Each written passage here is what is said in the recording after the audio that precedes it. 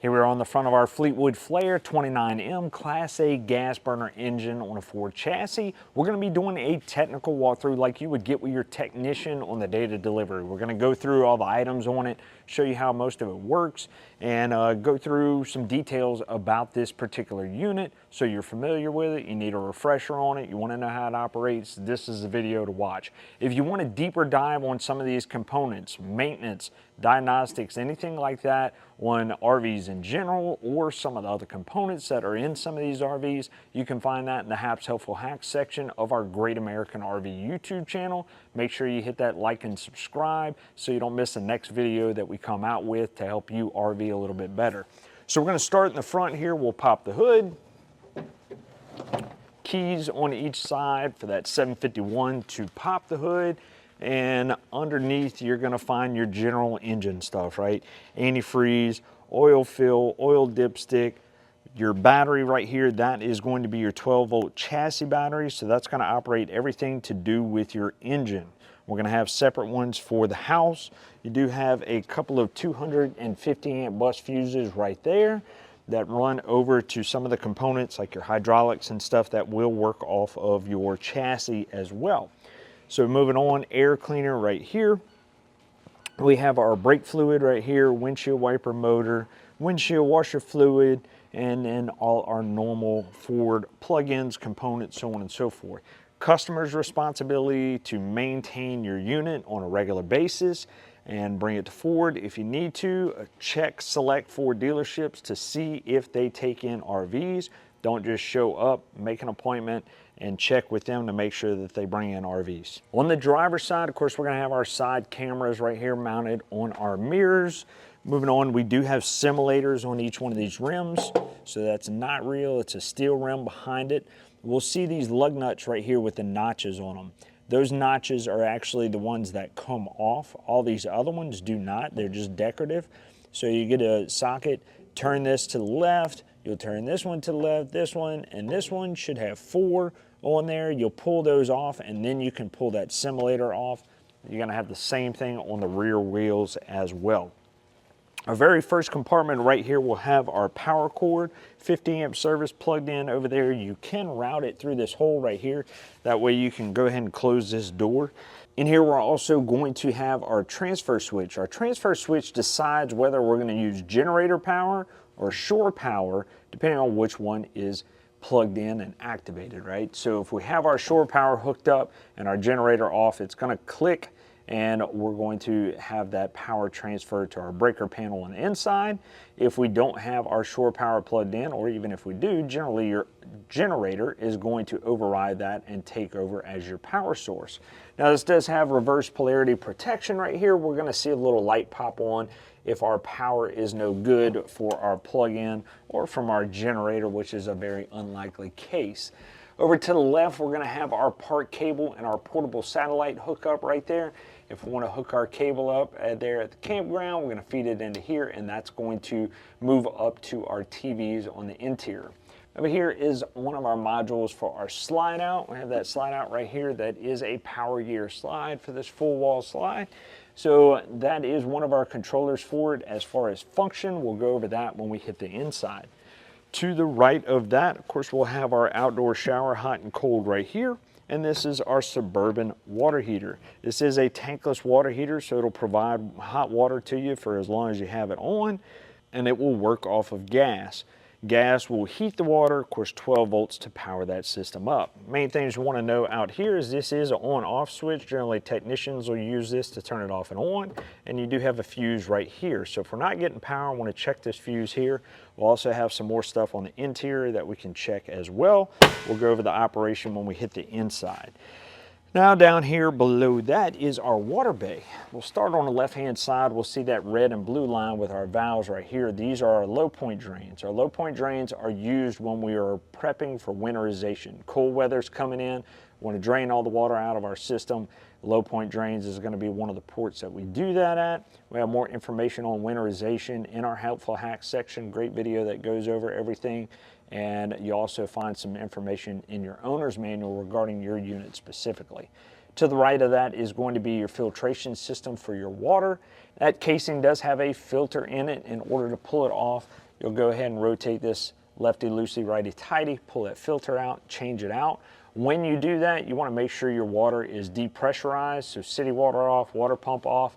You can easily just come over here, open your taps right here to relieve the pressure, then open that up, and then you can go ahead and change that filter out. To the right of that, you're going to have your two tanks. Smaller pipe right here is going to be your gray tank.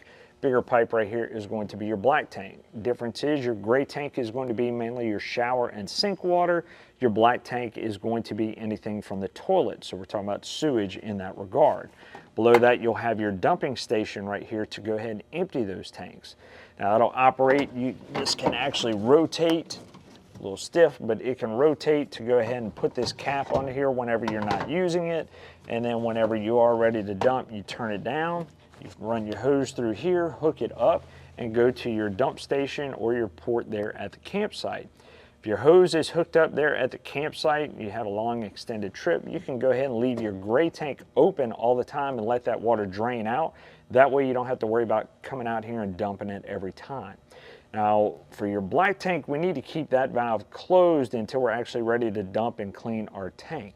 Whenever we are ready to do that, generally the night before I end a trip, I like to close this valve. That way I have some cleanish water to go ahead and flush that hose out with after I dump this. So that's a little tip right there.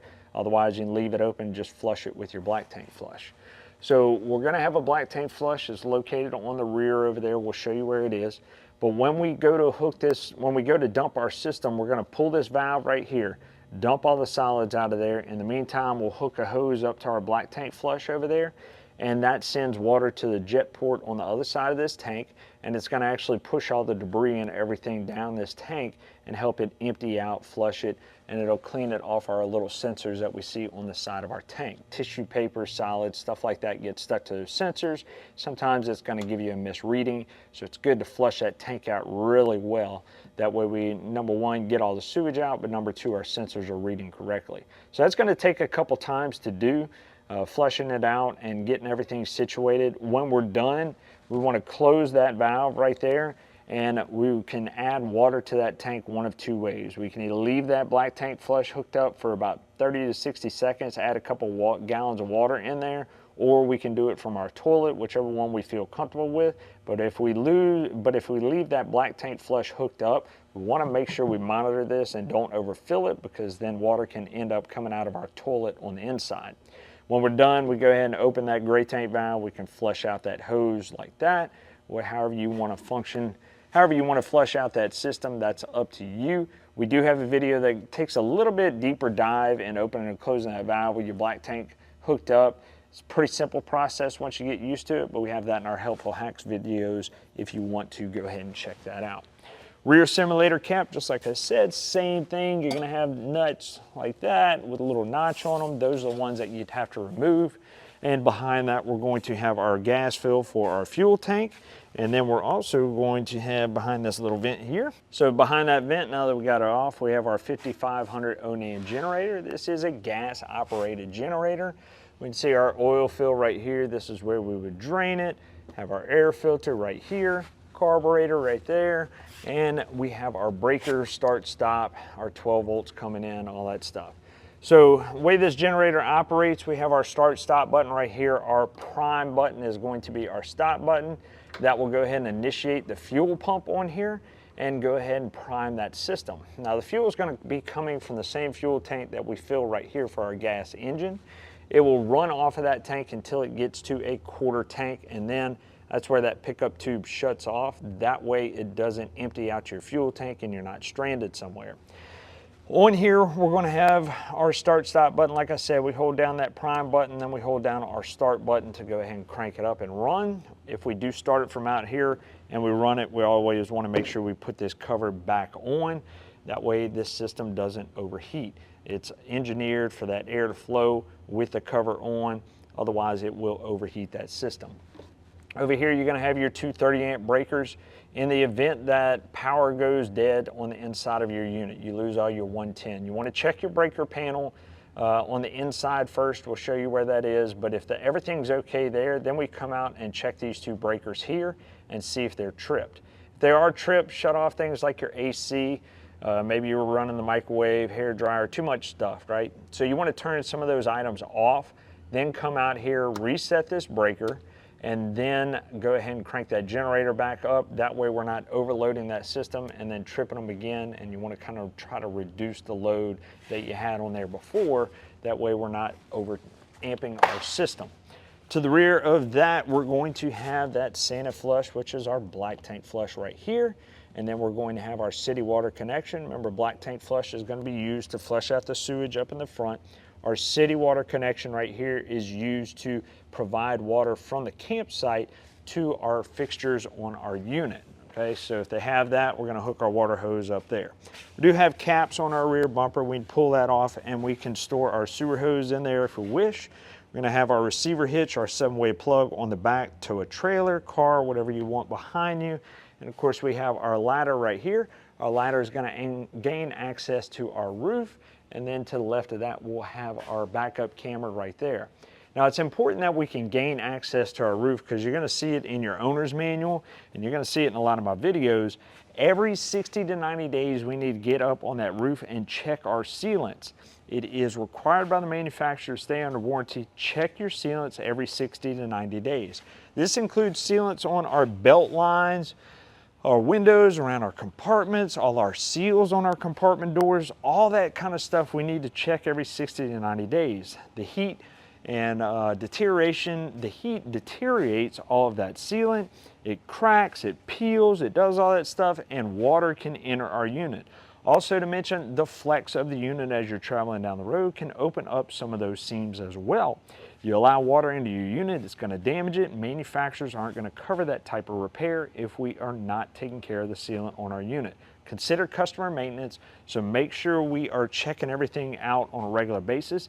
I don't care if you keep it under a cover, in a barn, out in the sun, whatever the case may be, you need to check it on a regular basis. You also want to check that roof too. If you ran under low-lying tree limbs, stuff like that, you want to make sure that you didn't damage that roof.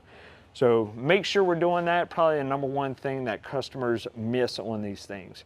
Right camera right there on the right side, wheel simulator. We have our entry door with our 2 locks. Your entry door is going to have a 12-volt powered step. All right, when we open it, that step can come in and out when we're set up camping, or we can go ahead and turn that step off, and then when we're camping, that step will actually stay out. Okay, that's generally what most people do. Whenever you cut your ignition on, that step is going to be overridden and that step will come in for travel. Always keep an eye on it. Sometimes things happen. There is a fuse for that. It is 12-volt power. There's a motor under there. It's electronic. Stuff can happen. There's a video on how to override that kind of stuff in our helpful hacks section, of course, but there's also fuses in here we can check and make sure that that's not the problem before we have to override that system.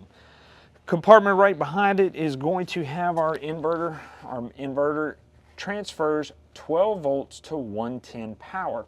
So that will work off of our battery system. If we don't have a plug-in wherever we're at, we can go ahead and kick our inverter on, and that will produce the 12 volts to 110 power that we need to run things like our refrigerator, maybe a couple of outlets for our TV, so on and so forth. You're going to have a little dual plug right here that is for a solar panel. If you want to go ahead and hook that up, you can do that, and that will help charge your battery system if you're not plugged in somewhere, you're out dry camping, or when you store it if you're not plugged in. You have your slide out disconnect right here, and then our inverter disconnect right here. If we want our inverter to operate, obviously that's going to need to be on. Our slide out, same thing, we want that powered on in order to operate. When we store our unit, we're going to have a couple more disconnects on the inside, so I'll show you those too, but I'll talk about them now. When we store our unit, we want to turn all of those off, especially these two right here if we're not using our unit. If we are plugged in, the ones on the inside we're actually going to want to leave on so it actually charges our battery. If we are not plugged in and storing our unit, shut everything off, okay? If you want to leave these on whenever you're plugged in, that's fine.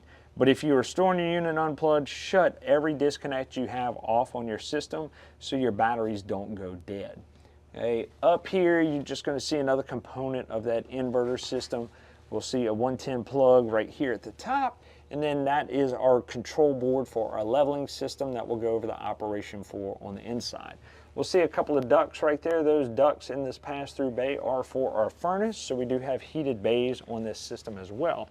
Speaking of our furnace, this is it right here, our Dometic 12-volt furnace that is going to run off of 12 volts for power, and it'll utilize propane to heat that air. Work off of our thermostat on the inside. We'll go over there. Speaking of propane, we have our propane tank in the compartment right below it.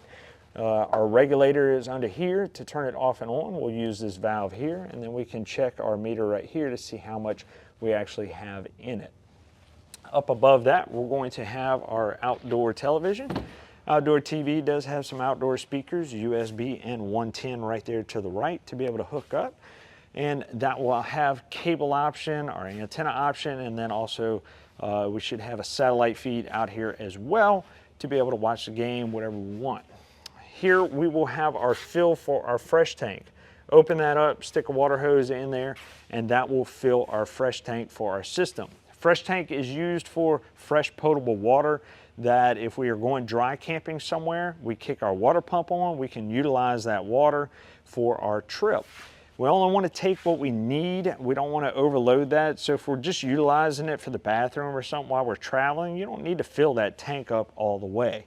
That does add extra weight to your unit. Whenever we are not using it, we want to go ahead and dump that water out. That way it doesn't become stagnant in our unit over time, and we'll show you where that dump station is for the water here in a minute. Outdoor kitchen, we have our 110 fridge right here. Our thermostat right here, make it cold to colder. We are gonna have a little freezer tray in here. Now, thing to remember about our 110 fridge is anytime we plug it in, guess what? That's turning on. Anytime we unplug it, it's turning off. So that means it's going to defrost. So everything in here is gonna defrost. You're gonna end up with water, condensation, so on and so forth in here.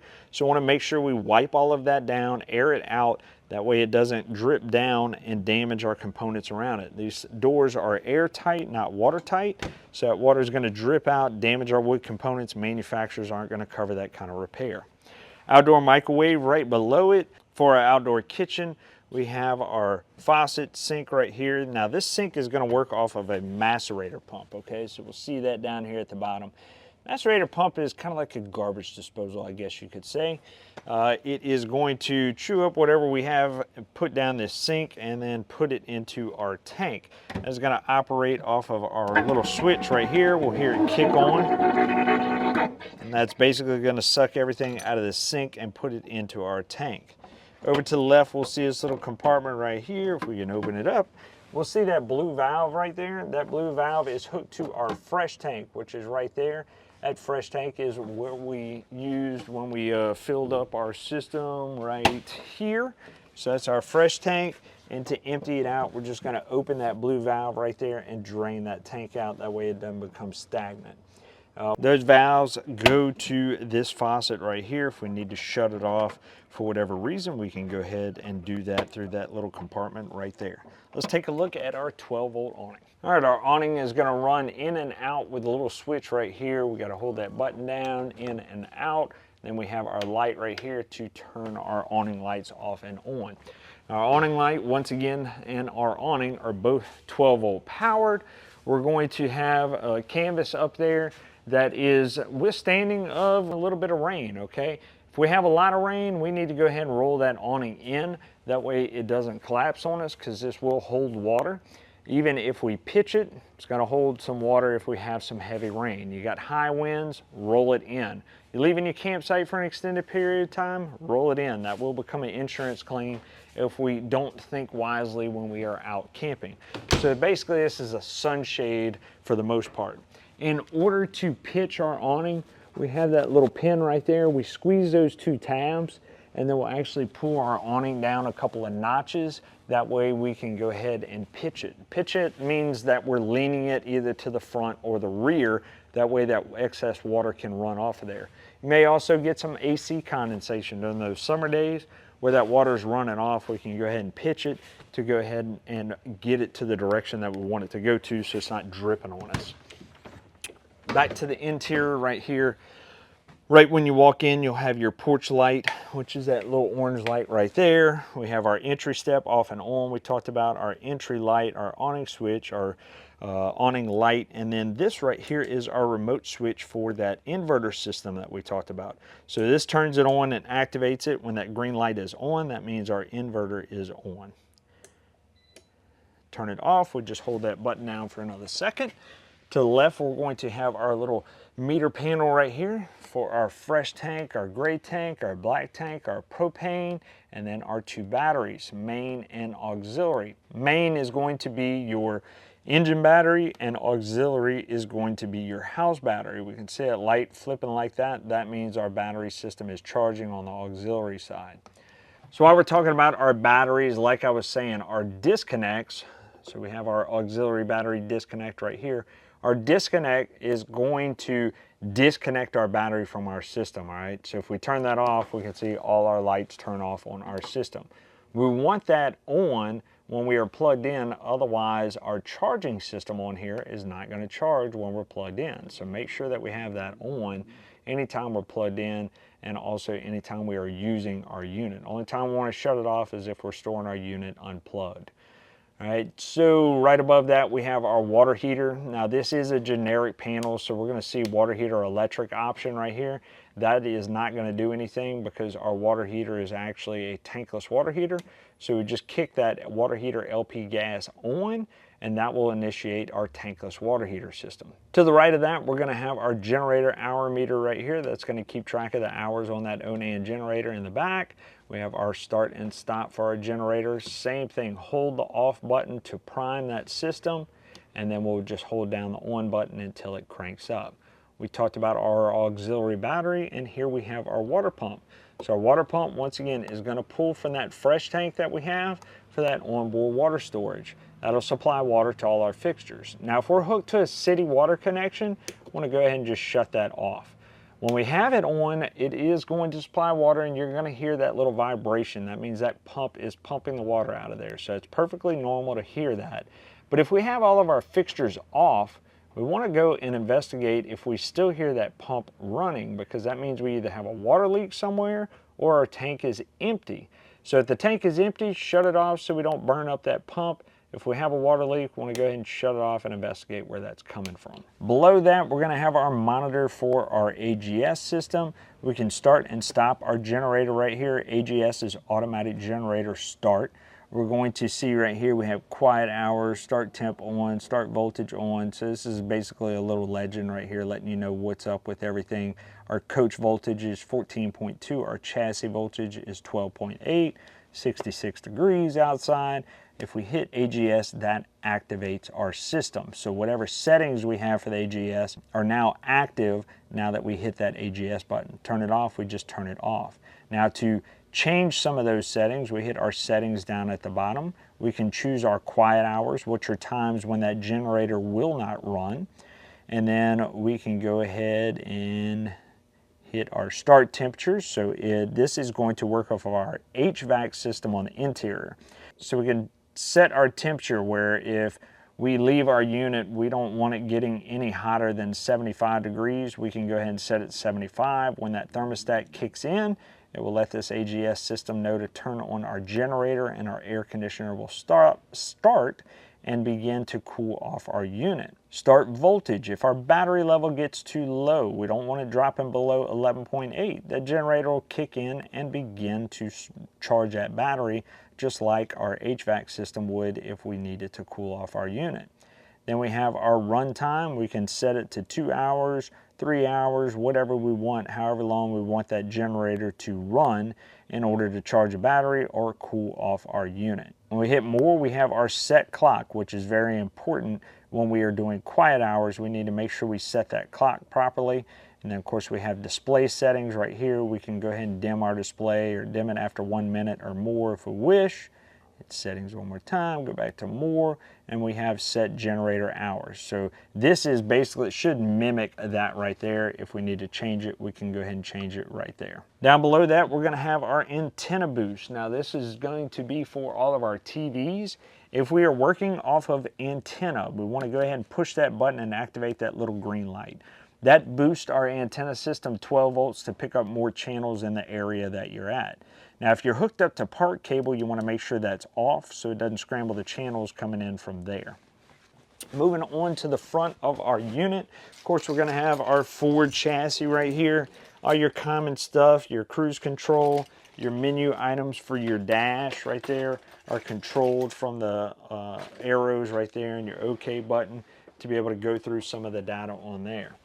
To the left of that, we're going to have our front shade up and down activated right there. And then we have our auxiliary start. So what an auxiliary start does is if our chassis battery is dead, we can basically hold that button down, and that's going to connect our house batteries with our chassis battery, almost like a set of jumper cables. Then we'll hold it down and go ahead and try to crank up our engine. So basically it's just a boost button. Same thing works if our chassis battery is fully charged but our house batteries are dead. You can go ahead and hold that down, it connects them, and that can help. If you ever do it from chassis to house, it's good to go ahead and have that engine running because that'll help charge that system. Have our mirror controls right here, left and right, adjust our mirrors, and then we have our heated mirror option right there as well. A microphone for our Bluetooth system right there. Traction control system off and on here. Hazards, our light controls, dimness of our dash right there. We can make it lower, make it higher, whatever we wish. Over here we have our tow haul mode. We can adjust our shift right there with our transmission and our gears. And we have our LCI leveling system right here. We'll go over the operation of that right now. Before we do, just to let you know, you will have to have the ignition on and the emergency brake on as well in order for this to activate. All right, so our electronic leveling, our engine is going to have to be running our emergency brake on. We go ahead and kick that system on. We're going to notice our voltage up here. Voltage is very important. The system itself, our pump system, is going to be pulling off our house batteries, and we want to make sure that that voltage is always at a proper voltage before we kick it on. Otherwise, this system will shut down. So we're there at the campsite, ready to hook up everything. Want to go into auto level right off the bat. We hold down that auto level button, and that system will begin to extend those jacks and auto level your system. Now during this process, you don't want to be moving around inside your unit, jumping around, all that stuff, because it can throw off that sensor on there and your unit may not level properly. So try to stay still while this process is being active. So during this process, we're going to notice like the little red light might pop up at different corners of our system. That's letting us know what area is low on our unit. So if we were doing this manually, we could use this to identify which side of our unit is not at the correct height. So then we would click on that side, those rear jacks would extend up, and then eventually that light should disappear, and our green light right here in the middle is going to let us know that it is level. Now, of course, our auto level process is doing that on its own. It's the easiest way to go ahead and level out our unit. So once it's done, it'll let us know everything is a success, and this system will go ahead and kick off. And we'll go back to our regular main menu. Now we have a couple of other options on here. We'll go into our manual level real quick just to run you through that. If we hit enter on that, this is going to let us know where our level is. Okay, so our objective is 0 plus or minus a couple of points on there. And so if we want to go into manual mode because our auto level isn't working, or we want to tweak it a little bit, hit enter, go in our manual, we hold this down for a second, and it's going to jump up on that front end a little bit, and that system will activate those jacks. Same thing in the rear. But we start to notice we have a little blinking light right here. That means that left side is low, just like I was talking about during that auto level. Hold that down for a second, it'll kick those left jacks, and we're just going to bump it until that goes away and our green light comes on, and according to this, we're level and ready to go. We can scroll down a little bit more. Now initially, whenever you scroll down, you're going to hit that manual, that auto retract right there, okay? Auto retract, hit enter to begin, and that system will begin to automatically retract those jacks. That's what we would push whenever we're ready to hit the road. Also to mention in that manual mode is if we want to retract any of these jacks because we maybe overshot a little bit, hold down that retract button until that light kicks up, and then we can hold down this button and it will retract that area. Whenever we want to go back to extending, push it one more time, then we can go back to extending those jacks. So once everything's done, it'll let you know the jacks are up, you're ready to roll, and you put it in drive and hit the road. We do have a deeper dive on this system on there that goes over how to do the 0 point. So if your leveling isn't quite right, it says it's level, but your unit obviously isn't level, you may need to reset your 0 point. So we'll talk about that in one of our other videos in the helpful hacks section. You can go check it out there. To the right of that, we have USB and a 12-volt port right there for a cigarette lighter power cord.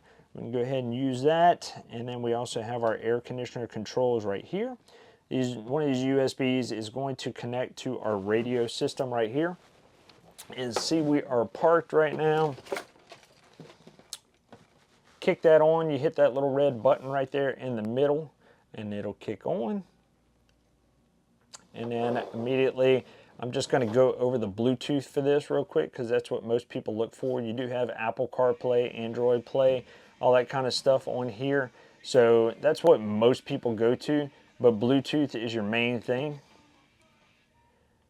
To hook up Bluetooth, you're going to hit that Bluetooth button, and we're going to, in this case, we'll clear all of our devices off of here.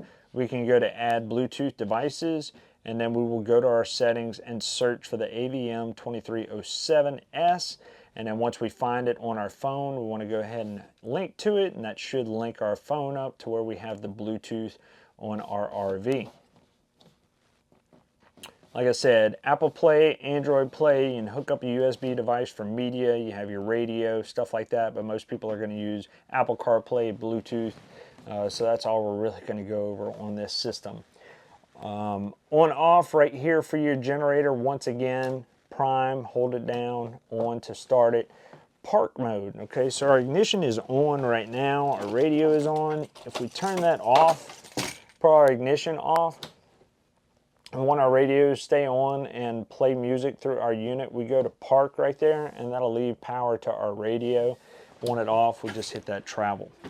So over to the right, we have some storage. We're gonna have our seat belts. Our seats do turn if we wanna turn them. You have a little latch right here. Let's see, here we go. Pull that latch right there and your seat will turn. You do need to adjust it back and forth to make your way around your steering wheel and stuff like that. We're gonna go ahead and roll our slide out real quick. In order to do that, engine will have to be on, emergency brake will have to be on as well. So activate that. Go over to our hallway. This is our power gear slide system. We're gonna hit out. Our slide system opens up all the way now. And then we're also gonna see on here some lights, right? So engage park brake, obviously we need to go ahead and push that park brake down. Low voltage start and run coach. That shouldn't be a problem as long as your engine is running.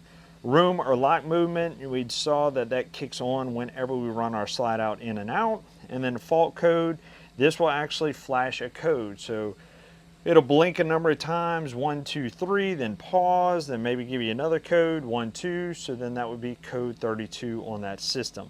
So keep that in mind. You can go ahead and Google or refer to your owner's manual as far as those fault codes for your system. All right, we'll move on to our bed system. So we do have a bunk over those seats right there.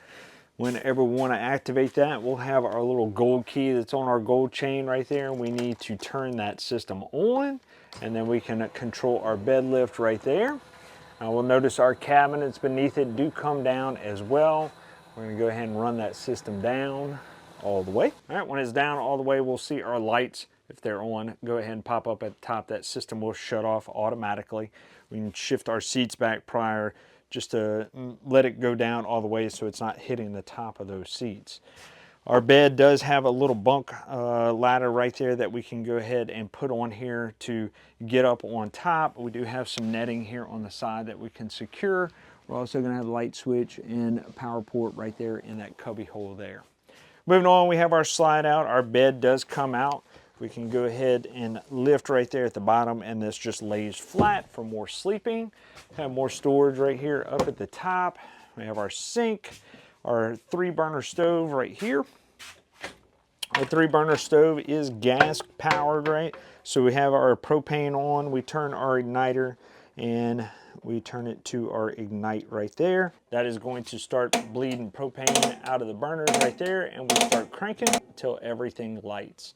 Now, we can see there that took a couple seconds because we were bleeding air out of the system. When you first turn your propane on, maybe from storage, or you just got it filled if you ran out, you're gonna end up with air in your lines. So it'll take a little while before this actually lights up. A little bit of cranking. Best thing to do is turn all 3 burners on and just keep cranking, and then eventually it will light, and we'll let it run for about 30 to 60 seconds. Make sure we have all that air out of the system, at least up to here. Now we do that before we light our stove. Our stove, we can see our pilot down there at the bottom. On this one, we can see that spark if we look back there.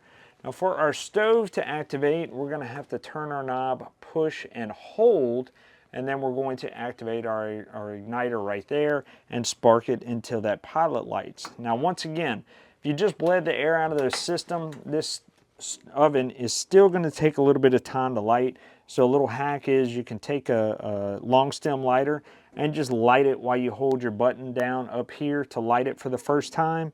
And then after you've done that, as long as you don't turn your propane off again for an extended period or you don't run out of gas, it should light pretty quick off of that igniter. So just a little quick tip for you right there. We'll keep holding that down after it's lit for about 30 seconds, and then we want to go ahead and turn it to our temperature because we're allowing that thermocouple to heat up in order to expand and start taking the temperature and heat up our oven. Above that, of course, we'll have our microwave. We have a light and a hood vent underneath for whenever we're cooking, we can kick that on to ventilate. We'll have our microwave our refrigerator right here on the side, and freezer, cold to coldest, and then we're also going to have another thermostat right here for cold to coldest too. Now we can turn that system off right here if we wish. Generally, anytime you store it, you want to go ahead and shut that system off, defrost everything, wipe it all down, get all your water out of your freezer, because once again, that water leaks out, damages our wood components around our fridge, and manufacturers aren't going to cover that type of repair. Also going to have a little travel latch right there to keep those doors closed while you're traveling. Back into our living room, we do have a table right here. We can go ahead and remove that post out of the way, make more room for you if you want in this area. And move that table. We're gonna have our TV up here on the side. We talked about our antenna boost for that. All your cable and everything is gonna come in through the port right there. And we're gonna have our Coleman Mach thermostat that's gonna control our AC up top here in the front. We're also gonna have the same one in the rear. Now our rear isn't gonna have heat. We're only gonna have heat control right here in the front for our furnace, and that will actually have vents throughout our entire unit. We'll see them down here on the floor line right here. That's where our hot air is gonna come out when we activate our furnace. Cool air is only going to come out of our rooftop. So our ceilings, our ceiling vents right here down the middle, all the way through our unit, or through these vents right here. Now, if we want to cool this area off quickly, we want to open up these vents on each end right here. That's what's called our quick dump. That air will push out of there. If we want it to go through our ductwork, we need to make sure that we close those off. That way that air is forced through the ducts. Now we do have a couple of filters right here. We can pull them off by pulling these 2 tabs here. We need to clean those filters on a regular basis. That way we're not restricting airflow to our AC. As far as operation, pretty simple. We have cool, fan, off, heat, and then our auto fan, high-low, or just our fan off, high-low. Okay, so to operate, if we're on cool, simply slide your thermostat to whatever temperature you want. Air conditioner will be activated. Now this thermostat, once again, just for your front AC. Fan is just going to run the fan on the AC constantly, and it's not going to cool the air or anything. It's just going to circulate it. Off is off, and then heat will, of course, activate our furnace down here at the bottom. Our auto fan high-low will activate that fan when you are in cool mode. That fan will run either at high speed or low speed and turn off and on when your compressor turns off and on. High-low on will run that fan all the time regardless of whether the compressor is activated or not. That fan option is only for your cool. It's 1 set speed for your heat. That's going to come out of those vents right there. We talked about our slide out controls here, and now we have our bathroom. Our bathroom is going to have a GFCI in here. GFCI is a ground fault circuit. You're going to find that in all of your wet locations, at least GFCI controlled outlets. If you have an outlet in a wet location that's not working, you want to come here and check and see if this little red light is on. If that red light is on, that system is tripped. We just come over here, push that button, and reset it. It'll generally trip because we have too many appliances plugged in. Heat, anything heat related, griddles, coffee makers, blow dryers, stuff like that, overamping and tripping that system out. It can also happen because the outlet got wet, maybe outside, wet location, or in the kitchen, bathroom, whatever, that will trip that outlet as well. So if it ever trips, we have a bunch of stuff plugged in, maybe unplug a couple of those items before we come reset it. Otherwise, it's going to trip again right away. Over to the left, we have our light switch off and on, and down below we have our toilet.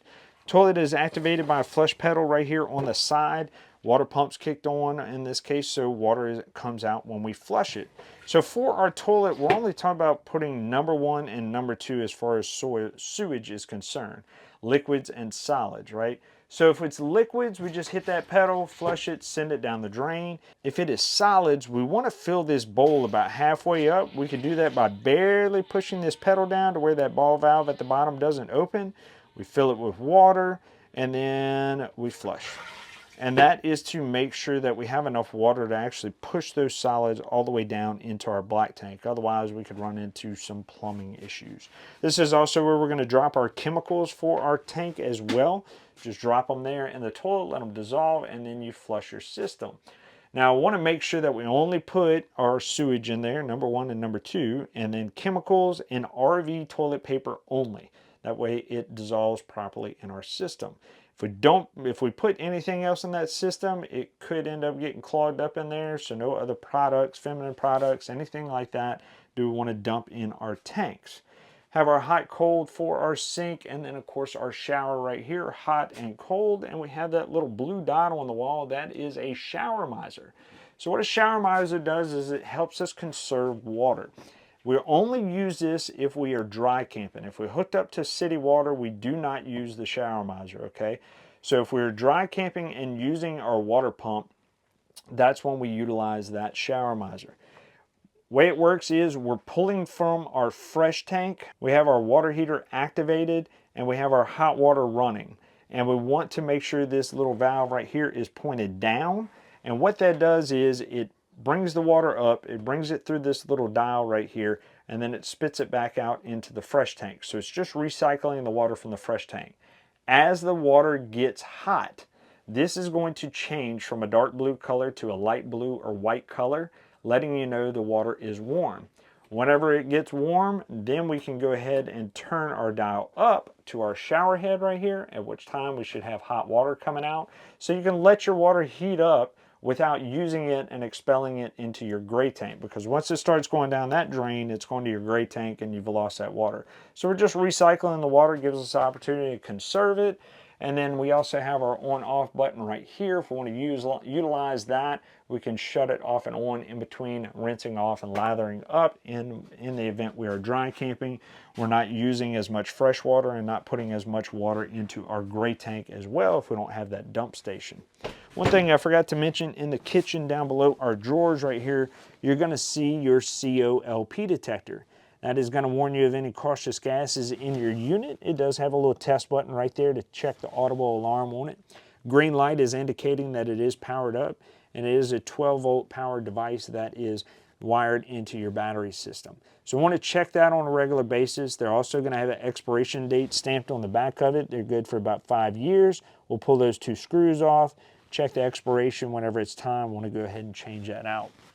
We're also going to have smoke detectors up on our ceiling. 9-volt battery, want to check the alarm on that, check the battery on it. Generally every daylight savings time you want to change them out and make sure that safety device is working as well. You're going to see your gateway wine guard system right there. That is basically Wi-Fi on the go. You'll use cellular towers to have Wi-Fi with you. There's a SIM card that can be activated and inserted in there to be able to have that with you wherever you are on the road. It can also act as a Wi-Fi booster if you don't have the SIM card activated. If the campground has Wi-Fi, it'll pick it up and amplify it inside your camper. Moving down to the bedroom, first thing we'll see down here is our breaker panel. Kick that on, we're gonna see all of our 110 breakers right here. Everything is labeled, and then our 12-volt fuses right here. Once again, everything is labeled. So in the event that something's not working, we wanna come here first, check our fuses, check our breakers, and see if that's not the problem before we start freaking out or running around, taking stuff apart. That's the first place you wanna check. Jensen radio over there on the side does have Bluetooth for our rear, and then we have USB and 110 outlet right there on the side. Have our bed, that ladder right there is for our bunk there in the front. We can go ahead and utilize to get in and out. Our rear AC up top, and our thermostat here on the right. Now once again, our thermostat is going to work the exact same, but like I said, we're not going to have that heat option. Our hallway thermostat is going to control our heat for the whole unit. Over to the left, another USB and 110 power right there, and then our rear TV. In our rear closet, generally you're going to find codes for this particular unit on fabrics, carpets, finishes, all that kind of stuff. A little cheat sheet from the manufacturer on that, and also your number to your unlimited roadside assistance through Rev Assist. Now below, a couple of other features in there. You will have owner's manuals and everything in your unit regarding all your products, warranty, and so on for that unit. We're also going to have some storage underneath our bed. Good bit in this case on this unit. Just lift it up. The bed will stay up on its own. When you're ready to push it down, you're good to go. That wraps up everything on our Fleetwood product, and hope this was helpful refresher for you. We have plenty more videos on our helpful hacks section of this YouTube channel. Go check them out. Become an RV expert. If you got any questions, leave them in the comments and let us know. Remember to give us a like, and thanks for watching at Great American RV. We're bringing the how-to to you. Well, we hope you found that resourceful, but wait, there's more information on our Great American RV YouTube channel. This channel right here, find the playlist HAPS Helpful Hacks. We go over different products in this unit, and we'll take a deeper dive with more diagnostics, more information, as well as helpful tips when you're out camping.